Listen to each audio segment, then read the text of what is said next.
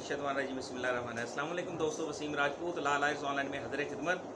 दोस्तों, जो सामान ससुराल की तरफ से किसी दुल्हन को मिलता है, जो सामान उसके लड़की के माँ बाप की तरफ से, जो उसके ससुराल की तरफ से जो सामान मिलेगा, वो सामान जो होगा वो लड़की की मलकियत होगा। इस बारे में डिस्कशन करेंगे। अदालत आलिया की जजमेंट है, डिस्कशन करेंगे। रिक्वेस्ट करूंगा चैनल को सब्सक्राइब कर लें, बेल आइकन को क्लिक कर लें। जैसे वीडियो इधर से अपलोड हो, आप इस कानूनी रहनुमाई से मुस्तफ़ीद हो सकेंगे।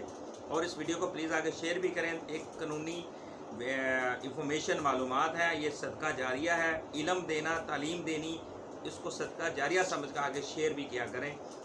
जो शख्स लड़की की शादी करता है, उसको जो अपनी बेटी को जो सामान जहेज दिया जाता है वो, और जो सामान जहेज उसको उसके साथ उसके लड़की के जो ससुराल वाले हैं, लड़के वाले जो उसको सामान देते हैं, उसकी जो मलकियत है, उसका जो मालिक है वो दुल्हन ही होगी, वो लड़की ही होगी।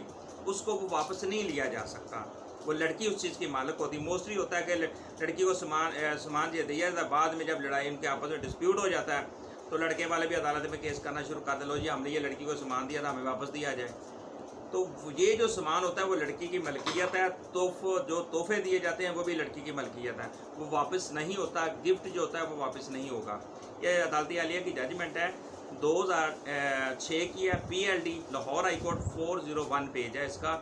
इसमें यह कहा गया जो सामान लड़की को माँ बाप देते हैं और जो सामान ससुराल वाले देते हैं, दोनों ही की मालिक लड़की ही होगी और लड़की ही होती है।